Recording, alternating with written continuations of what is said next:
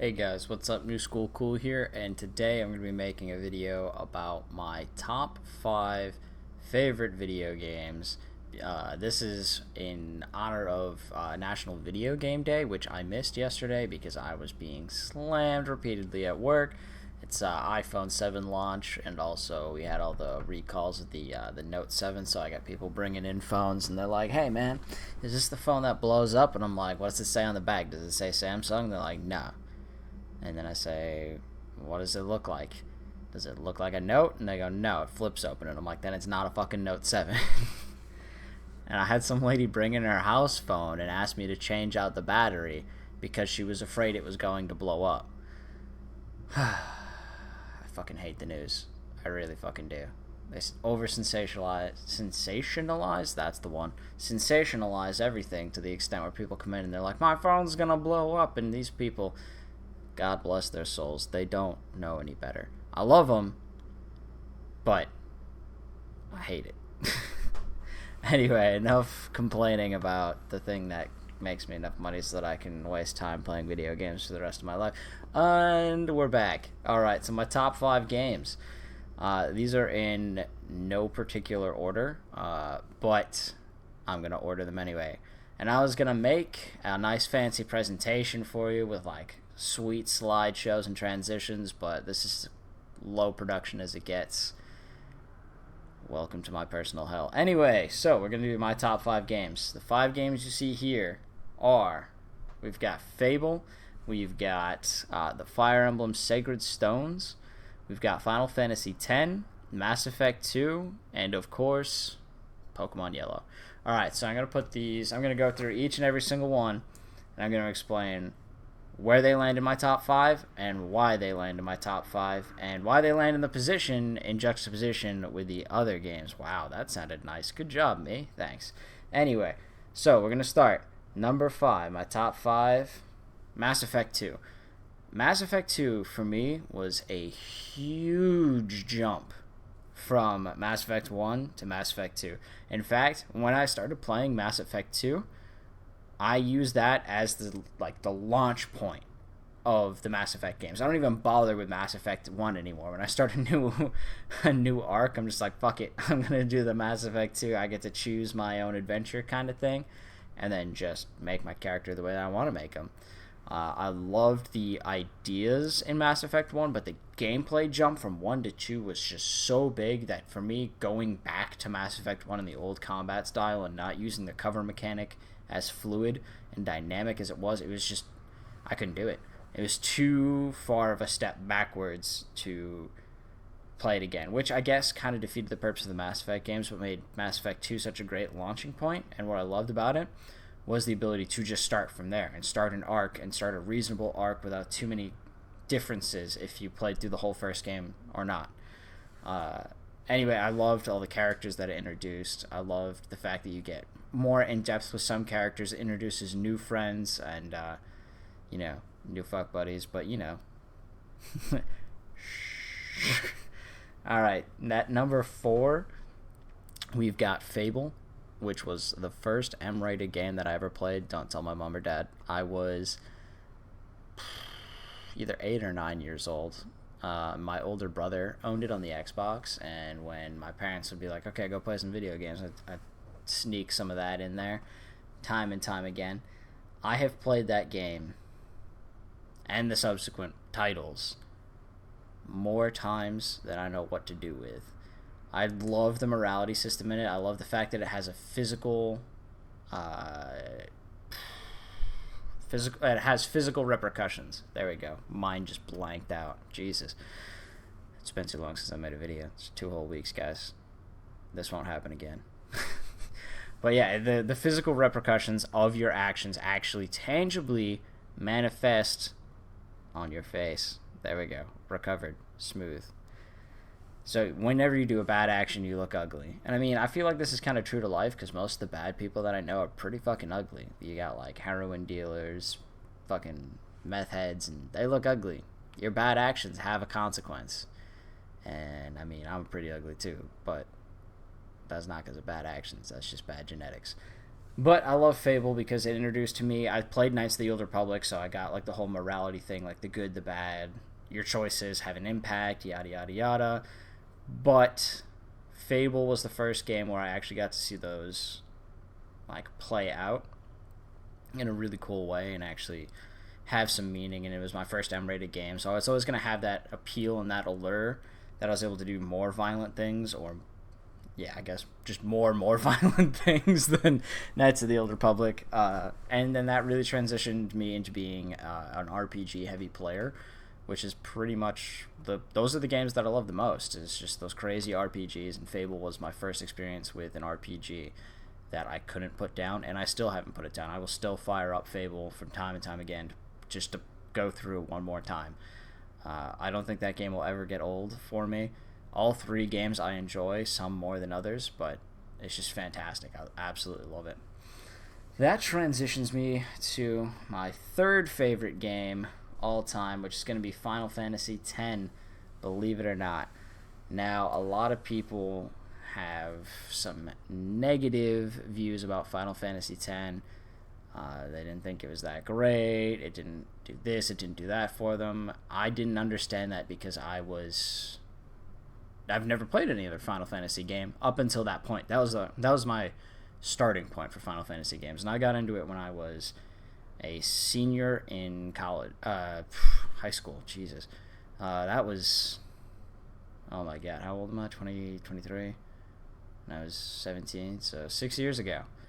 And I spent my entire senior year grinding through that game. Now, this is way after the fact it had been released, and I was still impressed with the graphics and the cutscenes. The cinematics were absolutely gorgeous. Of course, Final Fantasy is known for those beautiful cinematics.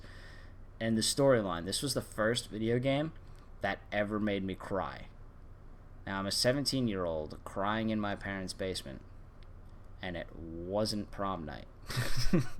So clearly something went well with this game. I absolutely love and adore this game. This scene here, the picture is from my favorite scene in the game. That was crushing. That was actually when I cried, and it was just absolutely beautiful. The storytelling was great. Gameplay was tight. I sunk probably several days of my life into that game. And fun story, I never finished it. The reason being is after I got my PS2 when I was 7, so a decade of trusted, loving service from my PlayStation 2 and my PlayStation 2 memory card, the memory card failed. I lost all the data and I couldn't bring myself to do it all over again. It was just too much of an emotional burden that I ended up just looking up how the game ended, and I think, honestly, I'm still at peace with that decision. I say that, but my PS2 is hooked up in the back, and I may or may not be trying to grind through it now when I'm 23. But, yeah, that game, I still have such a strong emotional tie to that, which brings me to Fire Emblem The Sacred Stones, another game that hits me right in the feels. I didn't actually shed a tear, but it always made me sad. And it really made me consider storytelling in a video game. So I love the original Fire Emblem. My older brother, who was a huge influence for me for playing video games, introduced me to the first one, and he actually bought me the Sacred Stones for a birthday gift, and that was probably one of the best birthday gifts I've gotten in a long, long time. This game was so good. The tactics were clean. They introduced new classes. They introduced new abilities. They introduced new animations, new songs, new grinding ability. There's this whole idea of taking a raw recruit and turning them into this god of the battlefield, stronger than anyone else could ever hope to be, was awesome. I absolutely loved the game. I loved the characters. The storytelling was on point.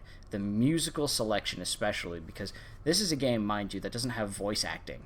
So you're reading the text in the storyline. So you're reading a text and you hear the music, and that contextually brings it all together, and just, damn, the feelings. That was so beautifully written. So the music and the text together working in tandem to make you feel emotions that were just raw and powerful. And you know, as a young kid growing up, this was what drew me to gaming, was the storytelling. If you could make me feel something and make me kind of like lose the world around me and be fully immersed and truly buy in to the story that you're telling me, then that's a game that I'm going to remember for the rest of my life. The relationship mechanics in that game, I've played through that game easily 200 times just to try and get all the different like relationship mechanics, get all the different conversations, the support conversations that you can have, figuring out the best dynamics. And of course, this is transitioning to me pumping hours and hours and hours into the newer Fire Emblem games, especially Awakening. I haven't gotten my hands on the newest ones yet, but when I do, there's going to be a video, believe me. And last, but absolutely best and first in my heart, will be Pokemon Yellow. Now, hear me out. A lot of people are going to say Pokemon Blue. A lot of people say Pokemon Red. Pokemon Yellow was stupid. But I loved Pokemon Yellow for one reason more than any other. You know, aside from the fact that you get the OG original starters, all three of them, plus a badass Pikachu who refuses to take a Thunderstone and become a Raichu just like the anime, which kind of made the game awesome because I was an absolute weeaboo when it came to fucking, oh god, the Pokemon anime. I lived and breathed that shit. So to have a gaming representation of it, to be able to experience it the way that I thought Pokemon should be, perfect. On point. But ultimately, the reason why it'll always be my favorite game is because it is the first video game that I ever purchased. Every other game before that was purchased for me by either my aunt and uncle. My uncle, who was really into gaming, he used to get me stuff all the time.